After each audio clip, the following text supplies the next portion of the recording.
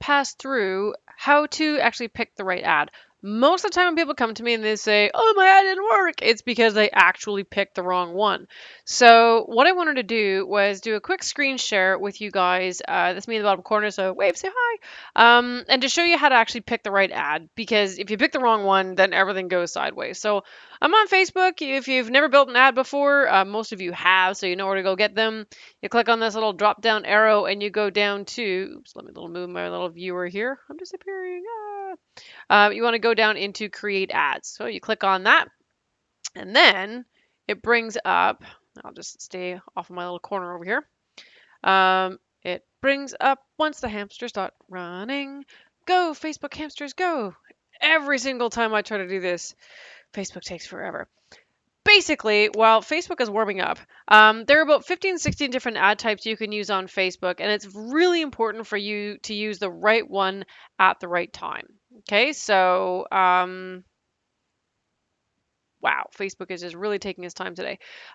If you're looking to get leads, then you should run the one that's actually going to get you that. If you want page likes, you should run the ad that actually gets you that as well. Here we go. And so one thing you'll notice, and this is kind of for those of you who've never done it before, it's kind of a blinding flash of the obvious. The name of the ad is actually what it's going to do for you. So as you can see, there's 3 different columns on your screen. And we have awareness, consideration, and conversion. So very quickly, if you're trying to literally create awareness for your business, so you're either new or you've got something new that you want to promote, anything under the awareness category would go really, really well. It's a very simple algorithm, but there are 2. So the brand awareness and then there is reach, which is underneath it. Brand awareness is like a billboard only being shown specifically to people who are interested in your industry. So if that's what you're looking for people who have a specific interest in either what you do or what you sell, then it's a really, really good option. It's really cheap. It's not a very complicated algorithm. There's not a lot that goes into it, which means you can get a really good price point. Usually what you're looking for at a cost per click is anywhere from 25 to 75 cents per click. Okay, that's if you actually get click-throughs.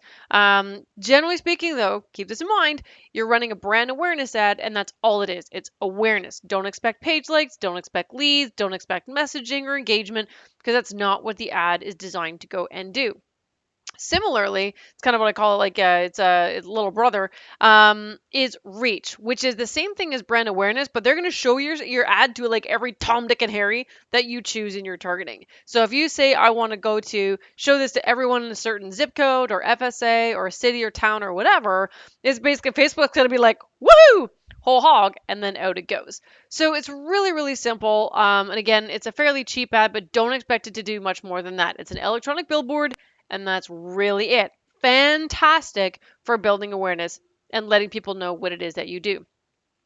These middle ones are the ones that I use the most. So the first one is traffic. I'm just going to talk about traffic and conversion together because they're kind of similar, but like one's kind of got only high school and the other one's got a bloody PhD. A traffic ad is just that. It's an ad that if you want someone to leave Facebook and go to a landing page or your website, this is the ad that you run. But the way you need to think about this ad is that it's kind of like driving people to your website and then dropping them off and going, see ya, and then keeping on going. It's kind of like the Uber ad, if you want to call it that.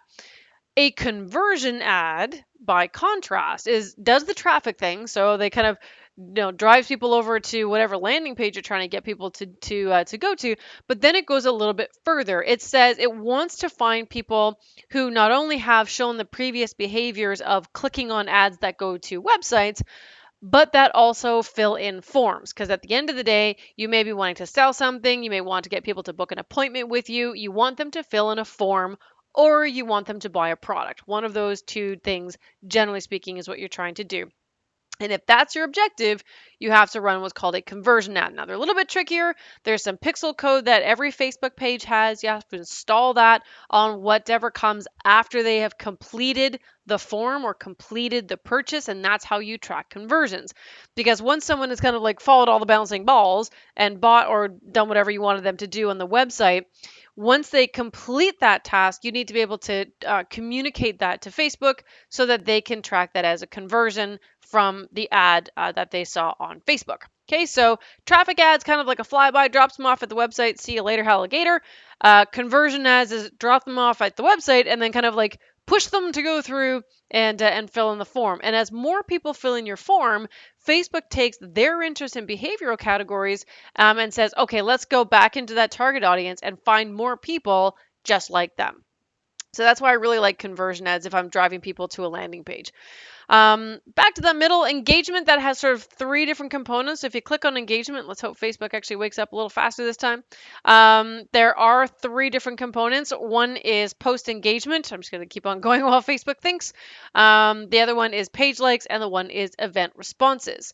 So if if you've got your Facebook page and your engagement sucks, you need people to be more commenting and sharing and liking your stuff, you'll run a post engagement ad. It's like a boosted post, but smarter. It's got a lot more targeting options. You can use your custom audiences with it more so than you can with a boosted post. So if engagement is your problem, a post engagement ad will absolutely do it. And as we go more and more towards Facebook zero, which is that zero content on a page is going to get out, going through and using these post engagement ads are going to be something you're going to want to do. The middle one you see here is page likes. It's just that what it is. If you need page likes, you run a page like ad. All of the ads will come with a little page like button at the top of the ad, but that doesn't necessarily mean people are going to click on it. It's kind of like an ancillary benefit of other ads. But if your objective is to find more people to like your page, you want to use the page like ad type, because what it will do is to find people who have shown within your target audience a previous behavior of liking other Facebook pages. Again, with Facebook, they're really trying to show your ad only to people who are going to take the requisite action. And that's why I love it so much.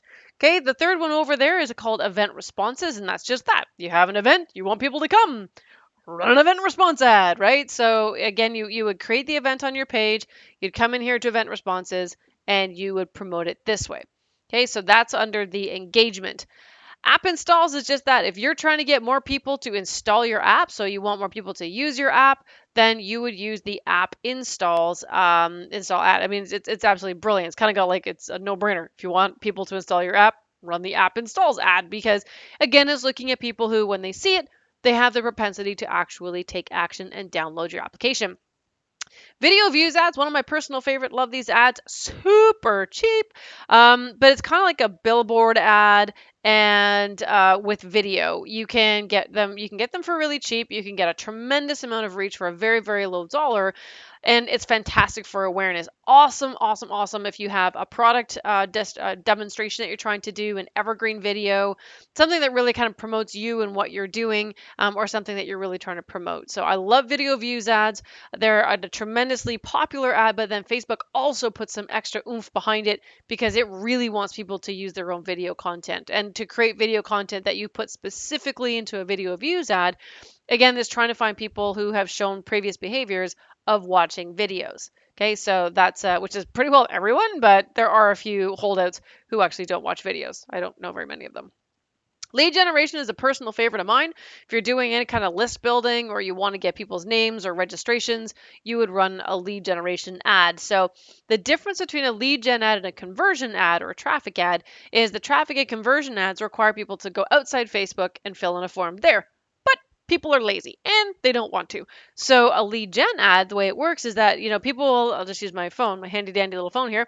So people will see the ad on their mobile device. They'll go, oh, that's really cool, I want that. And then they'll click on the call to action button. And instead of them being taken out of Facebook, they stay in Facebook. And the little forms, the fields that you choose for your form, like first name, last name, email, phone number, pre-fill with whatever's in their Facebook profile. So they don't have to type. It's the ultimate in laziness. Fantastic. Okay, you got to really, so if you're running a conversion ad and you're not really getting anywhere, try a lead ad, like so same copy, same image, try it in a lead ad and see if we've just got a case of the lazies, of the people who are seeing your ad that you're previously using to send them to your website.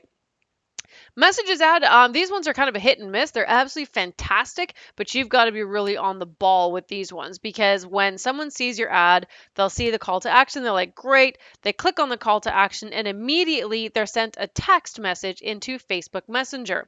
Now, that's kind of considered like a click. Okay, it's not considered a full-on conversion or a lead until they respond. So the most important advice I can give you on a messaging ad is when you're putting in your response. So when someone clicks on your ad and those words that you put in there, that the first ones that they see, make sure you ask them a question. Type yes if you got this message. Type yes if it's a beautiful day, or like whatever. Get them to respond, because once they respond, then it'll either kick off your bots if you use anything like ManyChat or Chatfuel, or your actual one-on-one communication with them, person to person. Okay, so that's what a messaging ad is. Catalog sales is just that. I mean, if you want to show items on your catalog, you can see, based on your target audience. This is if you have a product that you want to sell, and especially if you have, like it says here, a catalog. If you have more than one product and you don't want to just showcase once, you want to showcase a few. So the first thing you need to do is set up your catalog sales on your page, and then you can run this ad. So until you've done that one step, this ad won't really work. I love this ad when it comes to e-commerce. Works really, really well. And the last one is store visits. So this is, again, if you have a brick and mortar operation and you want more people to come in. So offers are fantastic for these ones. It gives people a reason to come in. Sometimes you got to kind of interrupt people's lives and kind of go, hey, we're over here. And then you track people to come in through that way. So again, if your objective is to get more feet through the door or more butts in seats, if you're running something like a restaurant or something like that, running a store visits ad is going to be the one that you're going to want to choose. So hopefully you guys have found that really helpful. Again, you can always message me or contact me. There's like 1,000 ways of finding me online. Just type in Rebecca Mountain. And remember, I am not the woman who married the 800-pound man. He lost all his weight and we are very proud. But that is not me. I'm also not the landmass, and I think it's either Alabama or Tennessee. It's one of the things that happen when you have a last name Mountain. I'm the next one. Okay, so reach out to me if you have any questions on the stuff that I shared with you today. More than happy to respond. In the meantime, I hope you all have an absolutely fantabulous day.